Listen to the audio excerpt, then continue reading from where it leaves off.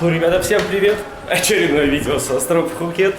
И знаете что, я устал читать сообщения в моей группе в Телеграме о том, что якобы там Будду уже начинает сносить, или там вроде бы уже пускают, да и за деньги там пускают, меня пустили там и так далее.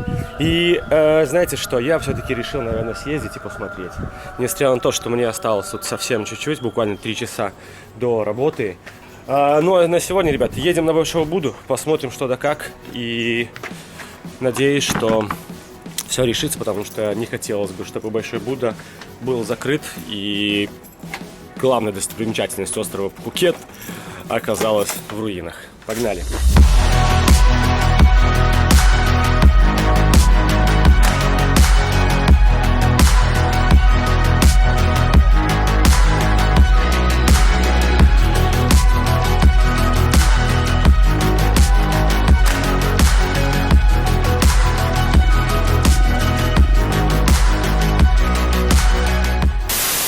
Так, в общем, ребят, если вдруг со звуком будет большая проблема, надеюсь, что ее не будет.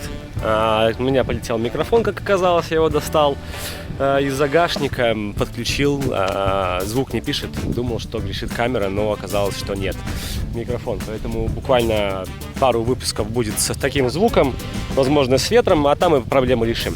В общем, ребят, хочу вам сказать, я приехал на Будду, и что вы думаете? У нас открывается новый вид. В общем, вот эта вот гора, которая перед нами, вот там находится кафешка. То есть наше привычное место с таким большим камнем. Помните, наверное, да? Так вот эта гора. Вопрос, что это за гора? Смотрите, какая ровненькая дорога проходит. Давайте я не буду спешить и рассказывать, что здесь да как. Вот. А так немножко пройдемся быстренько. Я порчу всем кадр. Они все стоят фотографироваться вот на таком красивом фоне. Смотрите. На самом деле необычное место. Чалонг, Пхукет Таун, Карон-Ката почти не видны из-за этой горы. Если хотите посмотреть на Карон-Кату, езжайте на старое привычное место. Так вот, все-таки, ребят, что это за новое место такое? Это новый Будда. Это у нас непосредственно подъем к Большому Будде. И вот у нас вход. Теперь он выглядит вот так. Мало кто вообще снимает про Большого Будду видосики. Хотя на самом деле эта новость довольно-таки большая, громкая, прозвучала на весь, мне кажется, мир. Вход у нас выглядит сейчас вот так. Написано, что мы закрыты, парковка запрещена, на дронах летать запрещена. Мы временно закрыты и приносим извинения за этот случай, потому что это заказ на проверку безопасности и готовности к оказанию услуг в будущем из-за сильного дождя и ползней в прошлом месяце. Ну, понятно, что это было не в прошлом месяце, по-моему, был август месяц. Плана на открытие дату пока нету. Это значит, что пока запланированной даты открытия Большого Будды нету. То есть даже приблизительно, даже на вопрос, откроет ли вообще в принципе или нет, никто не может ответить. Но мое личное мнение, ребят, это довольно-таки большой проект, который инвестировался за счет пожертвований людей.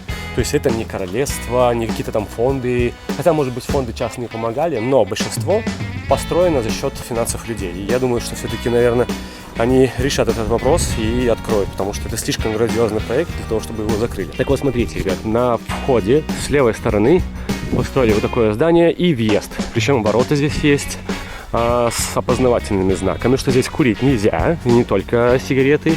Кстати, касательно вейпов, это буквально свежая новость. Ни в коем случае не берите с собой ни вейпы, ни айкосы, потому что сейчас, буквально вот дней 5 назад, поймали большую партию электронных сигарет, которые в Таиланде запрещены, и полицейские пользуются этим. То есть, возможно, в законодательстве не все так сложно и не все так страшно, как пишут в интернете, вот, по факту. То есть там, да, есть информация, что там чуть ли не смертная казнь, штраф 100 тысяч и так далее. Но поймите одну вещь, что некоторые полицейские пользуются этим, вымогая деньги у туристов, когда находят электронные сигареты. Поэтому, если вы курите электронные сигареты, воздержитесь. Ну вот купите обычные сигареты, либо не курите, если вы не хотите. Это совет, который я вам рекомендую вот в первую очередь. Ездят вот такие вот машинки, возят туристов откуда, непонятно. Но то, что возят работники, это факт. Есть вот такое здание, и что здесь происходит, я не знаю. Пойдемте посмотрим. Опа. Саврикап. А это у нас, оказывается, обычный магазинчик. То есть многие сюда заходят, в том числе и я зашел, в надежде на том, что здесь может быть какой-то есть пропускной пункт или что-то еще, но нет. Все.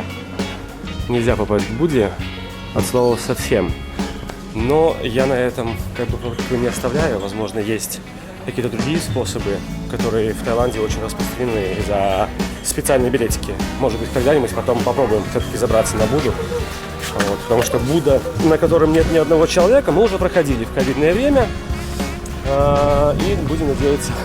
Ребят, посмотрите, как выглядит место, откуда можно сделать фотографию с Буддой.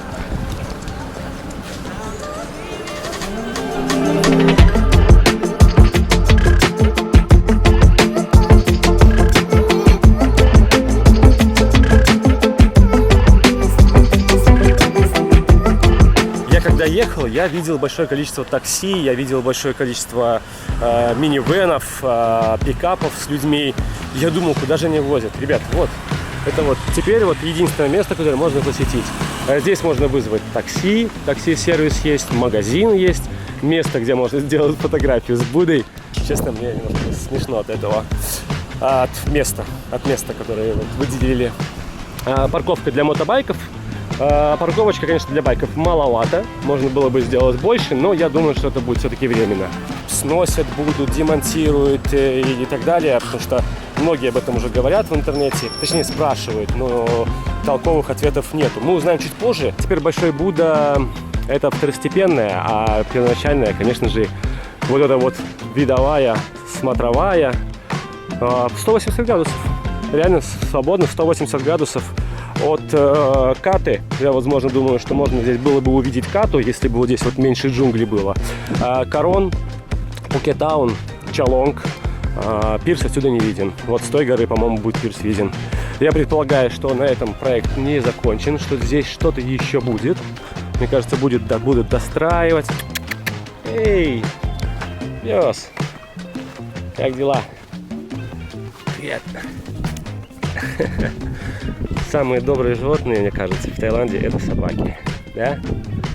Смотрите, вот здесь какую-то делают площадку. Причем то, что, смотрите, вот это похоже больше на какую-то кухню. Фудкорт, что маловероятно, потому что больше это, наверное, похоже на склад, потому что если готовить вот на этом для туристов, ну, это полная антисанитария и соответствие самому худшему уровню Таиланда. Стоит ли ехать на Большого Будду? Это уже решайте сами. Я бы, учитывая вот все вот это вот на сегодняшний день и сравнивая с тем, что было, я бы, наверное, не поехал. Не стал бы тратить это как минимум полдня для вас, потому что пока доехать, это я с Паттонга долетел здесь за 25 минут. Кстати, трафика стало меньше. Парковка для байков, для автомобилей. И вот здесь вот есть еще одна кафешка. Давайте зайдем, посмотрим, как вид отсюда. Честно, я ожидал хоть каких-то моментов надежд, чтобы можно было бы попасть к Большому Будде, но работников очень много, причем в всякой разной форме ходят. Я думаю, что вообще не вариант попасть туда. От слова совсем. Может быть, как-то обойти там тропой с Корона, возможно, да, но так, наверное, не получится. И вот все, что я могу вам показать на Большой Будде на сегодняшний день. Свалка, как обычно, не знаю почему, но тайцы не ценят то, что они имеют. Вон целая гора листьев, кокосов, ладно, это органика, но вот это вот могли бы и уже вывести с учетом того, что здесь вот основное, то, что предлагают туристам. Вот так вот прикрыть. И все. Если проблему можно прикрыть рукой или картонкой, для тайцев это не проблема. Я не знаю, как давно появилась эта табличка, но, конечно, я вам хочу так сказать, что Пхукет становится похожим на Бали. Потому что, когда я был на Бали где-то примерно лет 7 назад, то есть ты спокойно мог приехать к какому-то водопаду, пройти, сделать фотографии, поплавать даже в водопаде и уехать. Спустя 3 года, по-моему, как я вернулся на Бали второй раз, я стал замечать о том, что появились какие-то люди непонятные, которые якобы говорят, что нужно покупать билет. Ты покупаешь билет, проезжаешь еще 100 метров, а там еще билет. И ты такой, я же заплатил там. Они говорят, не-не-не, ты заплатил там, чтобы доехать до нас. Ты проезжал там частную территорию, придумал всякие разные вещи и, в общем, короче, требуют как-то деньги непосредственно. Вот. И для того, чтобы доехать до водопада, ты должен заплатить там 3 или 4 за этот билетик. Я думаю, кто был на Бали, тот меня поймет. И, пожалуйста, смотрите, как сейчас сделали. Помните, тут дорога на Большого Будду. Вот там раньше была какая-то беседка, с которой делали фотографии. Там сейчас все перекрутили колючей проволокой. В общем, вроде как бы туда попасть не совсем можно. И, пожалуйста, вот еще кафешка. Вот там находится камень, обзорная такая. Вот, и обзорная на Карон. Многие по дороге на Будду заезжали, делали здесь фотографии. И вот на входе в кафешке и вот такая вот теперь табличка. Пожалуйста, покупайте что-нибудь, не покупая ничего, ни еды, ни напитков. У вас не будет ни еды, ни напитков и ни фотографий. То есть для того, чтобы подойти на камень, а это для тайцев, по-моему, священное место, там стоит алтарь, вот, они там делают всякие подношения и так далее. Туристу теперь нужно заплатить денежку. Но знаете что? Именно в этой кафешке живет мой знакомый. Точнее, не живет, а работает. Давайте попробуем зайти и спросить у него по поводу Большого Будды. Как-то так получилось, что не получилось встретиться с моим знакомым. Ездил по кафешкам всяким разным, искал, но так и не нашел его. Поэтому вопрос остается открытым. И знаете, что я хочу сказать? Возврат в YouTube. Как-то получилось стечение обстоятельств того, что я переехал в свою старую квартиру, с которой начинался весь YouTube. И поэтому вот такой вот магазин с барахолкой для меня очень актуален, но я не буду вам показывать его, потому что он был совсем недавно в прошлых выпусках. Если вдруг вам что-то понадобится здесь, ссылка также в описании. Я сейчас быстренько гляну и дальше едем по делам. 1000 baht. Can you make cheaper? No? Only 900 baht. The last one. Окей, окей. Увидел здесь два борда. SUP. Но это не совсем подходит. Вот эту вот доску. Хочу ее покрасить. Ну, типа подобие такой вот доски. Хочу ее покрасить и повесить на стенку. А можно было даже бы и зеркало вовнутрь ставить. И было бы вообще прям такое на стиле зеркальца, да? Но она хочет за него 900 бат. Ну, либо мы сторгуемся на 700. В связи с переездом, который случился чуть больше 2 месяцев назад, стал чаще ездить по всяким таким магазинам и покупать всякие разные вещи для дома. И вы знаете, дом, конечно, преобразился значительно с учетом того, что я там начал покупать цветочки и все-все-все. В общем, короче, если вам интересно, в конце этого ролика будет обзор на дом. Пойду торговаться. Надо забрать бат за 700. Я бы сейчас его взял бы, упаковал бы, да поехал. Так, давайте, все держим пальчики. Подходим, говорим 700. Протягиваем руку. Соглашается. Отлично. Нет. Ну и ладно тогда. 700. Тайло, good for you, good for me. Why? 750. Last price. Дело принципа. No? Нет. Все. Ну и ладно. Все, ответ нет. Значит, так и надо. Значит, будем искать дальше доски. Как прикольно получается, потому что буквально, может быть, 3-3,5, ну, максимум 4 года назад я стоял на этом балконе и очень радовался тому, что наконец-таки видео начали залетать на YouTube. И именно с этого балкона, по сути, в принципе, все началось. И как так получается, что я снова стою на этом балконе и снова возвращаемся в YouTube. Но давайте не будем на этом заострять внимание. Давайте все-таки сделаем небольшой обзор на квартиру. Наверняка из вас кто-то уже видел, может быть, но кто-то нет. Кстати, ребят, касательно по поводу недвижимости. Смотрите, данную квартиру я ждал год. Полноценный, реальный год. Я приехал сюда, хозяйке сразу написал, говорю, как только освободится квартира, я готов ее забрать. Ну и, в общем, короче, ждал целый год, она позвонила в начале декабря, даже в середине декабря, говорит, все, квартира освобождается, 2 января можете заезжать.